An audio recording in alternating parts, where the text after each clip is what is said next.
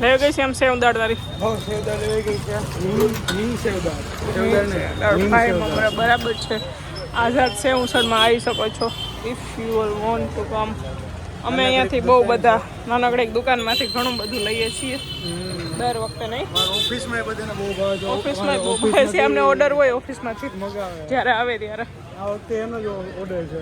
આ વખતે આપણે કાંઈ નહોતું લેવાનું, આપણે તો પડ્યું જ. ચલો હવે આપણે બતાવીએ કે માણેક ચોક કેવી રીતે ક્રિએટ થાય છે. Hello everyone, welcome back to our new blog. તો કાલે અમે ગયા હતા માણેક ચોક અને મને એમ થયું કે ચલો આપણે માણેક ચોકનું સેટઅપ બતાવીએ. માણેક ચોક અમદાવાદમાં રહેતા હશે ને, માણેક ચોક તો ગયા હશે પણ સેટઅપ નહીં જોયું હોય કે કેવી રીતે થાય છે. અને અમદાવાદની બહારનાને તો માણેક ચોક વિશે ખબર જ નહીં હોય, તો એમના માટે હું આજે લઈને આવી છું માણેક ચોકનો વિડીયો. તો એન્જોય કરો તમે. અને હા, વિડીયોને લાઇક કરવાનું ભૂલતા નહીં અને કમેન્ટ કરી દેજો કે તમને માણેક ચોકમાં શું ભાવે છે, ગયા છો કે નહીં માણેક ચોક. અને ચેનલને સબસ્ક્રાઈબ ના કરી હોય તો સબસ્ક્રાઈબ કરી દેજો હો પાછા. જો અહીંયા છે ને આખું પાર્કિંગ હોય છે અને આ બાજુમાં બધું જ્વેલર્સ છે. પાર્કિંગમાં જો બધા ગાડી હટાવવા માંડ્યા છે અને એક એક બે રેકડીઓ આવવા માંડી છે. ધીમે ધીમે હમણાં આખું ભરાઈ જશે. થોડા અંતરે ફૂટેજ જોજો તમે. જો આ એક આવી ગઈ છે, હમણાં અહીંયા બધી આવી જશે.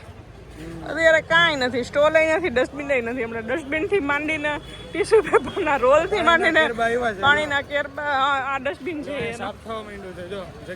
હા, જગ્યા પેલા ક્લીન કરશે.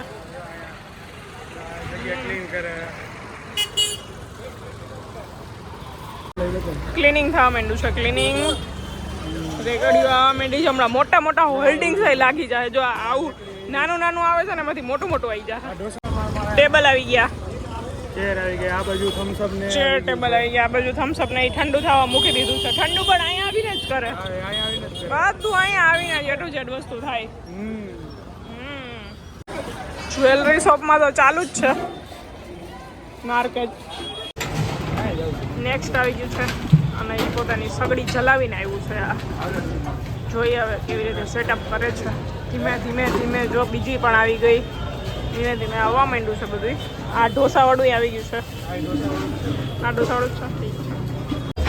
હજી એક આવી ગઈ. ચેરના થપ્પા પણ આવી ગયા. જોયું બાકી ટેબલ આવ્યા હતા ને, હવે ચેરના આટલા બધા થપ્પા આવી ગયા. ટેબલ હવે લગાવશે ટૂંકમાં રેકડીમાંથી કાઢીને.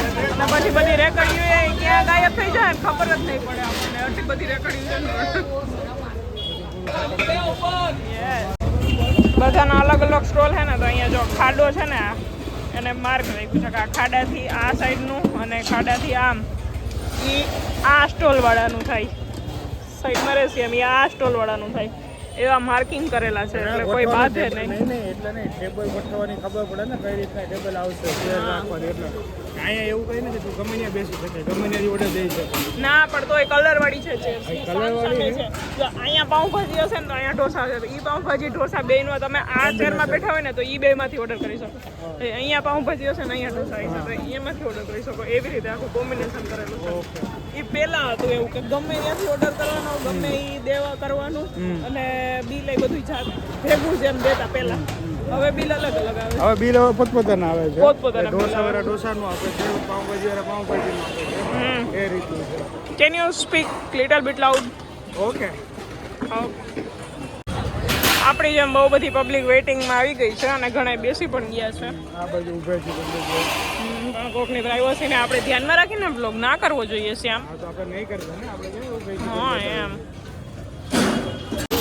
મહારાજા ઢોસાનું હોલ્ડિંગ લાગી ગયું છે પાછળ. You blog my video. નહીં, સાફ સુથરા શ્રીજી કૈલાસ ભાજી પાઉં પણ લાગી ગયું છે હોલ્ડિંગ. આનું નથી લાગ્યું, આનું નથી લાગ્યું. સૌથી ઢીલા છે ને તો એ મહાલક્ષ્મીવાળા બધા ઢીલા છે. પણ પાઉંભાજી એની સારી.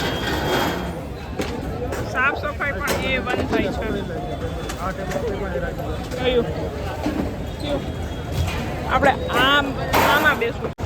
જો આ હોલ્ડિંગ્સ લગાડે છે જે હમણાં નહોતું ને એટલી વારમાં લગાવાય માંડ્યા. માણસો ચડી ચડીને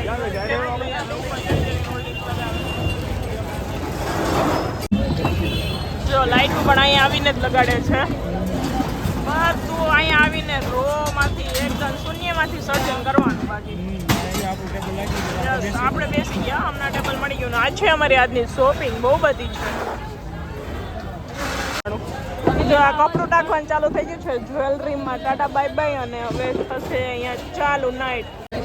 હવે લાગશે બાલન ઢોસાનો બોર્ડ આની ઉપર, એટલે જ્વેલરી વાળાનો બોર્ડ દેખાય ને અને બાલન ઢોસાનો બોર્ડ દૂરથી દેખાય, અને જ્વેલરી વાળાનો બોર્ડ થોડાથી ખરાબ ના થાય છે ને. બાકી બધું અત્યારે ખાલી સ્ટાર્ટિંગ છે ને, એટલે આમ લાગે એવી કે હડબડી છે, પણ હમણાં બધું આમ આમ એટલું સ્મૂથલી બધું ઓપરેટ થવા મળશે કે ખબર નહીં પડે કે અહીંયા જ્વેલરી માર્કેટ નથી.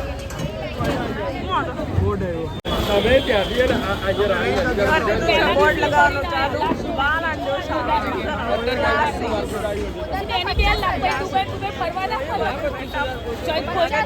કોઈ તો કે સીડી બીડી બધું લઈ આવે પાછું બધું ગાયબ થઈ જાય.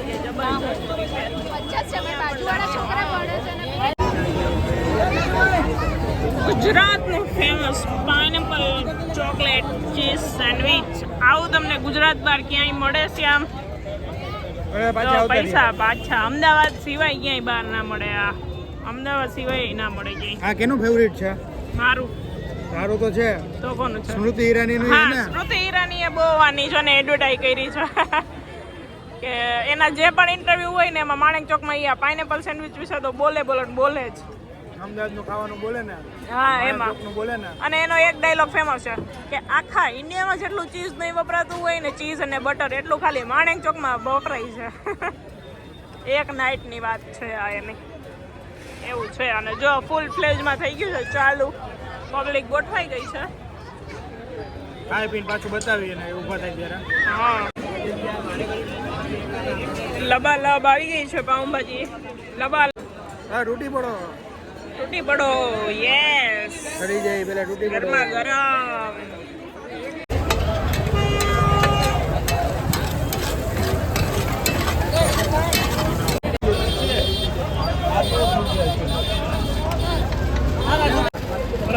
પેલા આવું બધું જામુન શોટ ને આ ને તે ને બધું નતું.